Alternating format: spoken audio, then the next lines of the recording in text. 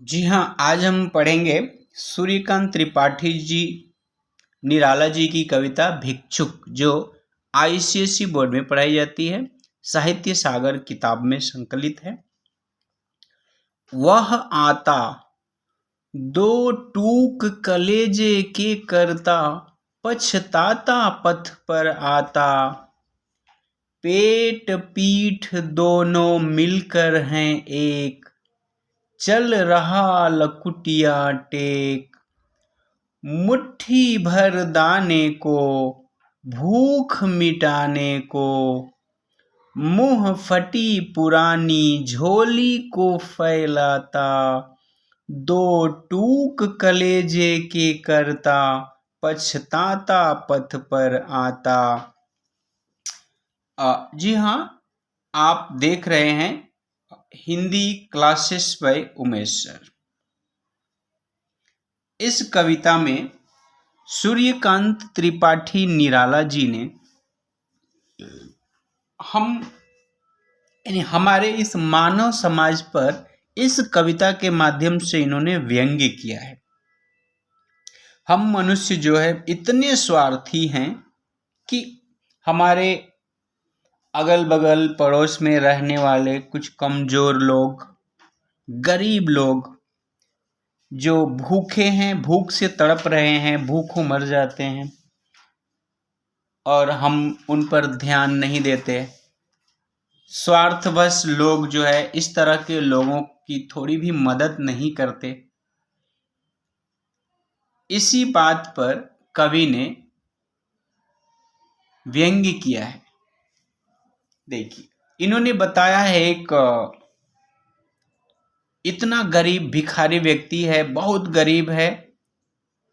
एक तो कुछ खाने पीने के लिए नहीं है, दूसरी बात उसके पास ओढ़ने पहनने के लिए भी वस्त्रों का अभाव है, और दूसरा वह कई दिनों से खाए पिए नहीं है। एक बूढ़ा व्यक्ति और उसके साथ जो बच्चे हैं जिनसे रास्ता भी नहीं चला जाता, उनकी इस दीनहीन दशा को बड़े मार्मिक ढंग से इन्होंने वर्णन किया है।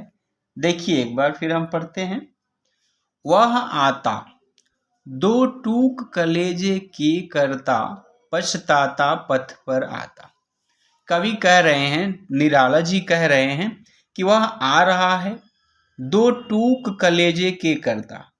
उसकी स्थिति को देख करके कलेजे के टुकड़े हुए जाते हैं, और वह व्यक्ति यानी वह भिखारी भी चल रहा है तो मानो ऐसा इतना उसे दुख है कि उसके कलेजे मानो फट रहे हैं। पछताते हुए वह पथ पर यानी रास्ते पर चलता आ रहा है। पेट पीठ दोनों मिलकर हैं एक। वह जो भिखारी है उसका पेट और पीठ दोनों मिल करके एक हो गए हैं। आदमी खाते हैं ना, खाने पीने वाले लोगों का देखिए आप, पेट निकला हुआ रहता है, पेटू लोग होते हैं। लेकिन यह भिखारी ऐसा है जिसे कई दिनों से खाना नहीं मिला है और उसका पेट भी बिल्कुल मानो पीठ के साथ चिपक गया है। तो दोनों को कह रहे हैं कि एक साथ हो गए, यानी पीठ में उसका पेट जो है चिपक गया है। चल रहा लकुटिया टेक। लकुटिया यानी एक छोटा सा डंडा होता है जिसको आप कह सकते हैं बम्बो स्टिक। तो वो एक छड़ी, एक लाठी के सहारे चल रहा है।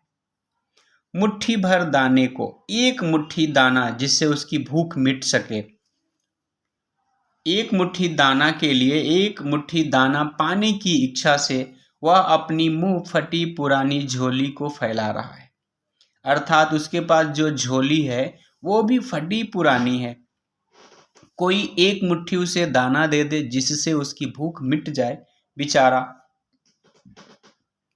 आगे बढ़ता हुआ सबके सामने अपनी झोली फैलाता हुआ चलता जा रहा है।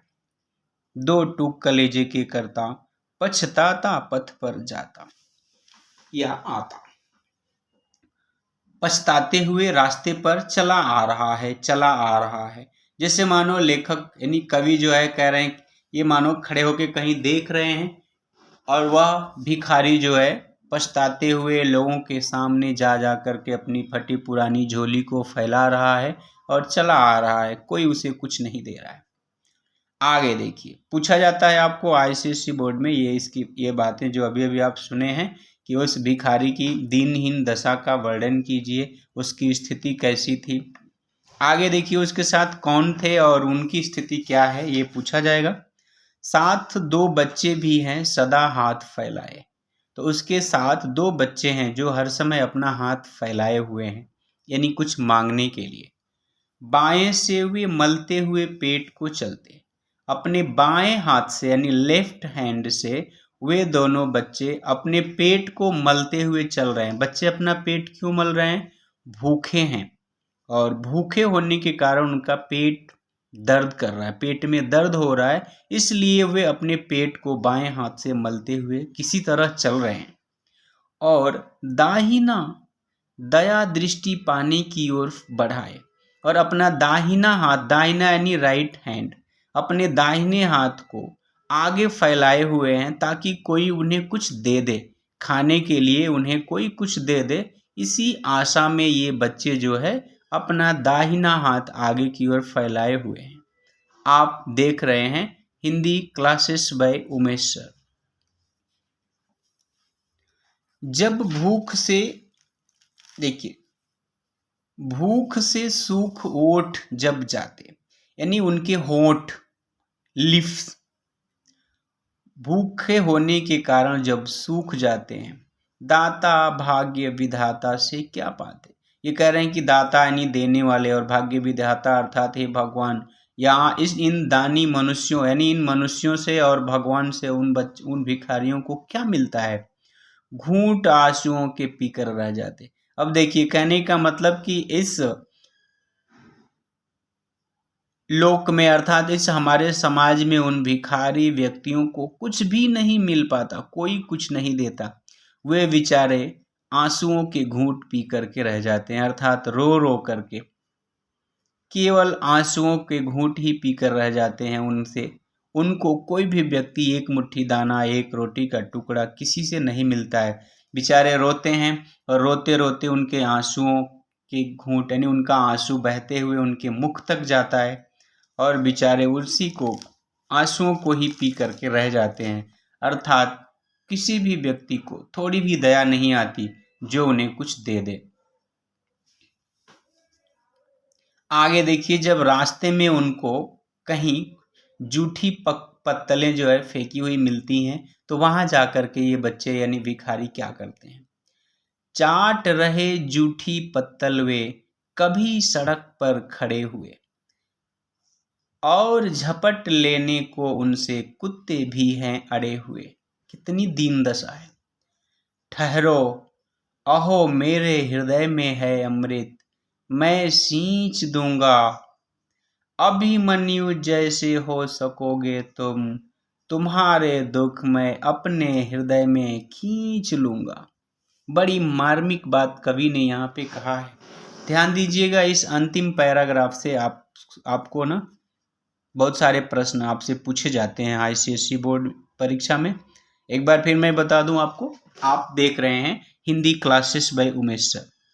ध्यान से सुनिएगा, आपको बोर्ड परीक्षा में इस पैराग्राफ से बड़े ही प्रश्न पूछे जाते हैं। और आईसीएसई बोर्ड का सिद्धांत है कि सीधे सीधे नहीं, जो भी कविता या कहानी आप पढ़ते हैं तो उससे क्या सीख मिलती है और समाज को वह प्रश्न या वह पाठ कहाँ कनेक्ट करता है, कहाँ जोड़ता है, उससे प्रश्न पूछे जाते हैं। तो सीधे सीधे इन पंक्तियों में आपको कुछ बातें नहीं मिलेंगी, मैं उससे जोड़ते हुए आपको बताऊंगा जिस तरह के प्रश्न आपसे पूछे जाएंगे। पहले एक बार ध्यान से समझ लीजिए। चाट रहे जूठी पत्तल वे कभी सड़क पर खड़े हुए। ये भिखारी और उसके बच्चे जो है, यानी भिखारी सड़क पर खड़े होकर के कभी जूठी पत्तल यानी प्लेट जो है ना, कहीं देखेंगे होंगे आप, देखते ही हैं, देखे होंगे क्या, सभी जानते हैं। अब कोई पार्टी होती है ना, कहीं शादी विवाह है या कोई भी पार्टी है जन्मदिन की या कुछ भी, तो वहाँ लोग प्लेट में खाते हैं, पत्तल में या प्लेट जो है या तो पत्ते के होते हैं या पेपर के हैं। खाने के बाद लोग जो है उन पत्तलों को, जूठी पत्तलों को कहीं सड़क के किनारे यहाँ जहाँ कचरा फेंकते हैं वहाँ लोग फेंक देते हैं। तो उन जूठी पत्तलों को ये बच्चे जो है खड़े होके चाट रहे हैं। लेकिन देखिए वहाँ भी इनको सुकून नहीं है, और यानी उनसे झपट लेने को कुत्ते भी अड़े हुए हैं। बच्चे यानी भिखारी अगर पत्तल को चाटने के लिए लेने जा रहे हैं, या किसी जूठी पत्तल में कोई रोटी का टुकड़ा है और उसे ये लेने जा रहे हैं भिखारी, तो उन भिखारियों के हाथों से झपट लेने के लिए, छीन लेने के लिए कुत्ते भी तैयार हैं। अर्थात अब देखिए कितनी स्थिति भयावह है। एक तो उनको ये भिखारी हैं जो चल फिर नहीं सकते, दूसरा ये कुत्ते, अब कुत्ता ऐसे ही कुत्ते से देख के डर लगती है, दूसरी बात वो लोग बड़े कमज़ोर हैं, तीसरी बात जिस खाना को लेने के लिए भिखारी जा रहा है वही खाना, वही रोटी का टुकड़ा खाने के लिए कुत्ते भी वहाँ हैं। तो अगर आप कुत्ते का खाना वहाँ छीनने लेने जा रहे हैं तो कुत्ता भी आपको काटने आएगा। तो यह भयावह स्थिति है। वो बेचारे तो भूखे हैं भिखारी, जिनको कुछ भी नहीं मिल पाया इस समाज से। हमारे इस समाज ने, हमारे इस निर्दयी समाज ने उन्हें कुछ भी नहीं दिया, और यहाँ कुत्ते भी उनसे झपट लेने के लिए अड़े हुए हैं। इस दृश्य को देख करके, इस भयावह हृदय विदारक दृश्य को देख करके अब महान कवि सूर्यकांत त्रिपाठी निराला जी ने कहा कि ठहरो, अहो मेरे हृदय में है अमृत। इन्होंने कहा कि मेरे हृदय में अमृत है, तुम ठहरो यानी रुको, अर्थात मेरे दिल में दया है, मैं सींच दूंगा, मैं तुम लोगों को ऐसा बना दूंगा, इतनी शक्ति दे दूंगा, मैं तुम लोगों को भरपेट खाना खिला दूंगा, और खाना खिला करके ऐसा बना दूंगा कि अभिमन्यु जैसे हो सकोगे तुम, यानी तुम अभिमन्यु की तरह बन जाओगे, और अपने आत्म सम्मान के लिए, अपनी मान मर्यादा के लिए तुम भी लड़ सकोगे, यानी इस समाज से तुम अपना हक मांगने के लिए लड़ सकोगे, इतना या इसके योग्य मैं तुमको बना दूंगा। कवि जो है उन भिखारियों से कह रहे हैं कि तुम्हारे दुख मैं अपने हृदय में खींच लूंगा। कह रहे हैं कि भाई तुम लोगों को जो भी दुख है, मैं तुम्हारा दुख अपने हृदय में खींच लूंगा, ले लूंगा, यानी मैं तुम्हारा दुख ले करके तुम्हें इस योग्य बना दूंगा कि तुम भी इस समाज में आत्मसम्मान के साथ सिर उठा करके जी सको, और अपने हक के लिए तुम भी अभिमन्यु की तरह लड़ सको। अभिमन्यु कौन था? अभिमन्यु महाभारत यानी द्वापर युग में महाभारत की जब लड़ाई हुई उस समय की ये बात है। अभिमन्यु अर्जुन का पुत्र था, और जिस समय पांडवों पर चक्रव्यूह रच करके पांडवों के हर वीरों को, कहीं भीम को तो कहीं अर्जुन को, चक्रव्यूह की लड़ाई में चक्रव्यूह की रचना को तोड़ने का जो विद्या है, तोड़ने की जो विद्या है, कला है, वो केवल अर्जुन जानते थे, अभिमन्यु के पिता। और चक्रव्यूह की रचना के समय कौरवों ने ये चाल चल दिया, अर्जुन को दूसरी ओर बहका ले गए, क्योंकि उनको पता था कि अर्जुन ही चक्रव्यूह को तोड़ सकता है, कोई और नहीं। इसलिए चक्रव्यूह की रचना से अर्जुन को भड़का के दूर दूसरी ओर लेके चले जाओ, ताकि बाकी पांडव चक्रव्यूह की रचना में फंस जाएंगे और मारे जाएंगे। तो एक बात यह थी, अभिमन्यु को पता चला, अभिमन्यु चक्रव्यूह के 6 दरवाजों को तोड़ना जानता था, अगला नहीं, यानी अंतिम दरवाजा, यानी अंतिम दरवाजे को तोड़ करके, अंतिम व्यूह को तोड़ करके अंदर कैसे जाएंगे, निकलेंगे कैसे, यह बात अभिमन्यु को पता नहीं थी। और यह बेचारा अपने आत्मसम्मान के लिए लड़ते हुए खैर शहीद हो गया। इसने कहा कि भाई मैं अपने जीते जी आत्मसम्मान और अपना हक खोने नहीं दूंगा, किसी को लूटने नहीं दूंगा, भले ही मुझे अंतिम युद्ध तक या अंतिम युद्ध को, अंतिम दरवाजे को, उस रचना के अंतिम पड़ाव को कैसे तोड़ना है नहीं पता, लेकिन मैं आत्मसम्मान के लिए लड़ूंगा, अपना हक मैं यूं ही जाने नहीं दूंगा।